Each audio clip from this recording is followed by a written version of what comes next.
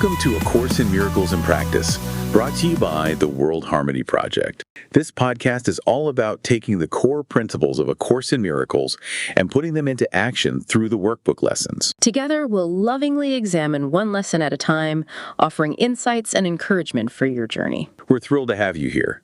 Today, we'll start with a full reading of the lesson itself. It should take about 5 minutes, give or take. I thank my Father for his gifts to me. Today, let us be thankful. We have come to gentler pathways and to smoother roads. There is no thought of turning back and no implacable resistance to the truth. A bit of wavering remains, some small objections and a little hesitance, but we can well be grateful for our gains, which are far greater than we realize. A day devoted now to gratitude will add the benefit of some insight into the real extent of all the gains which you have made, the gifts you have received. Be glad today, in loving thankfulness, your Father has not left you to yourself, or let you wander in the dark alone. Be grateful. He has saved you from the self you thought you made to take the place of him in his creation. Give him thanks today. Give thanks that he has not abandoned you, and that his love forever will remain shining on you, forever without change. Give thanks as well that you are changeless, for the Son he loves is changeless as himself. Be grateful you are saved. Be glad you have a function in salvation to fulfill. Be thankful that your value far transcends your meager gifts and petty judgments of the one whom God established as his Son.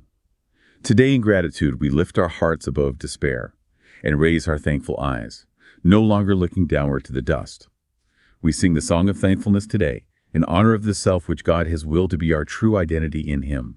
Today we smile on everyone we see and walk with lightened footsteps as we go to do what is appointed us to do. We do not go alone. And we give thanks that in our solitude a friend has come to speak the saving word of God to us. And thanks to you for listening to him.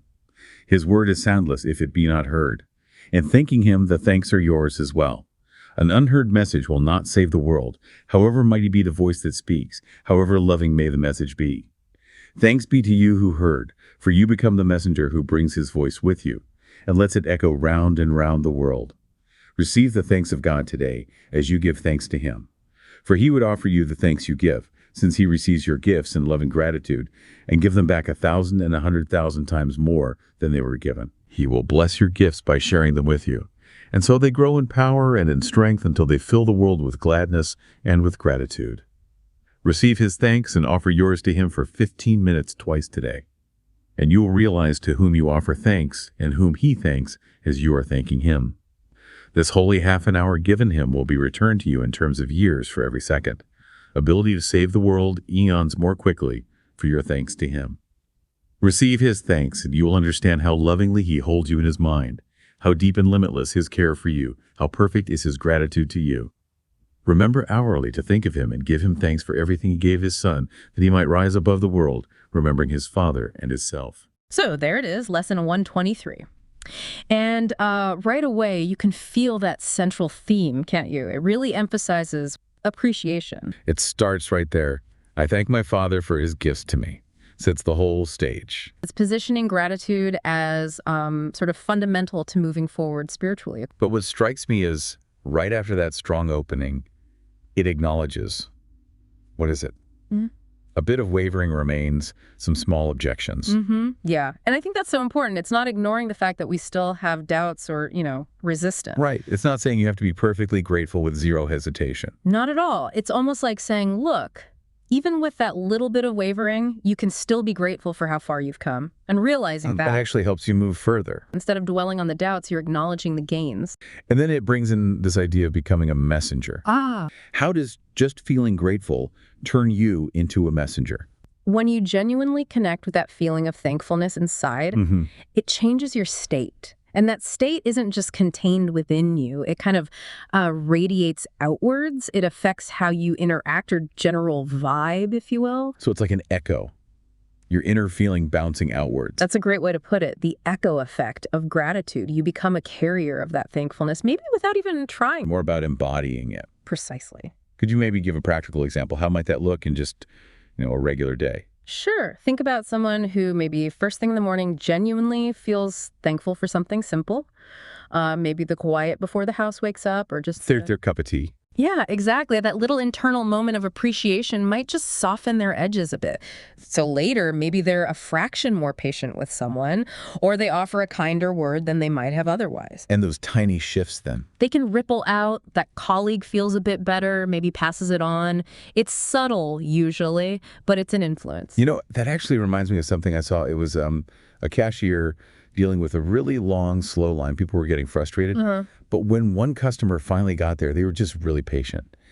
And the cashier, instead of being stressed, just gave this really warm, genuine, thank you so much for your patience. Oh, yeah. And you could literally see the customer, who had looked pretty tense, just sort of deflate in a good way. They smiled, left looking lighter. It was small, but the energy totally shifted. That's it right there. That's the echo in action. A tiny moment of expressed gratitude, changing the feeling in the space. So if someone wanted to cultivate this more consciously. Well, a simple practice could be just noticing more. Throughout your day, try to intentionally pause, even for a second. And look for things to appreciate. Yeah, especially the small things you might normally gloss over. A comfortable chair, the fact that your phone worked, a nice interaction. Just acknowledge it internally. Let yourself feel that little spark of, oh yeah, thanks. Training yourself to see the gifts, even the mundane ones. And then, as the lesson suggests, offer that thanks. It doesn't have to be out loud, just a mental nod. And the lesson implies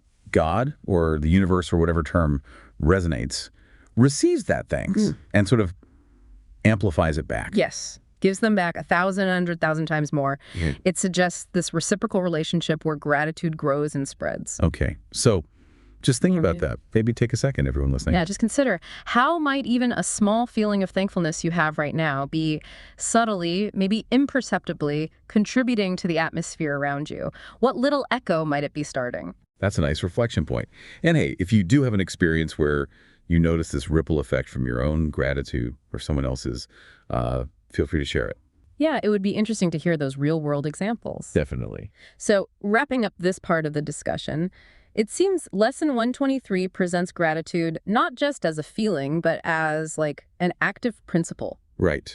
By choosing to be thankful for the gifts, for the guidance, we kind of align ourselves differently. And in doing that, we naturally become these messengers, sharing that appreciation, that echo with the world. A simple act with potentially far-reaching, if subtle, effects. Something to ponder further. If gratitude has this echo quality, what might happen if we consciously direct that thankful energy towards a specific challenge we're facing, or maybe towards a difficult relationship? Just a thought to explore on your own. Directing the echo. Interesting. Okay, lots to consider there. Thanks again for being here with us on A Course in Miracles in Practice.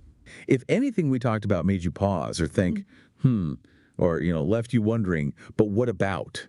Just please drop us a line. Shoot us an email. We really genuinely want to know what's percolating for you. ACIM at theworldharmonyproject.org. That's ACIM at theworldharmonyproject.org. And we look forward to hearing your perspectives.